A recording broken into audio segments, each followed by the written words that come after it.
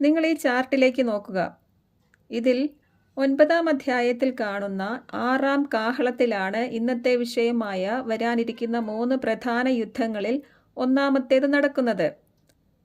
നമ്മുടെ 131-ാമത്തെ ക്ലാസ്സായ 3-ാം ലോകമഹായുദ്ധം എന്ന ക്ലാസ്സിൽ വരാനിരിക്കുന്ന ഈ യുദ്ധത്തെക്കുറിച്ച് വിശദമായി നമ്മൾ പഠിച്ചതാണ്.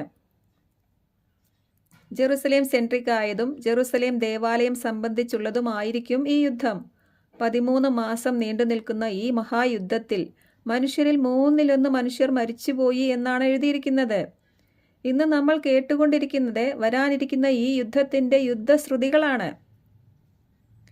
ഈ യുദ്ധം ഇസ്രയേലും ഇസ്രയേലിൻ്റെ ശത്രു രാജ്യങ്ങളും തമ്മിലായിരിക്കും ആരംഭിക്കുക. എങ്കിലും അതൊരു ലോകയുദ്ധമായി മാറും. ഈ യുദ്ധത്തിൽ ഇസ്രയേൽ തന്നെയാണ് ജയിക്കുക. മരിക്കുന്നവരിൽ ഭൂരിപക്ഷവും ശത്രു രാജ്യങ്ങളുടേതായിരിക്കും.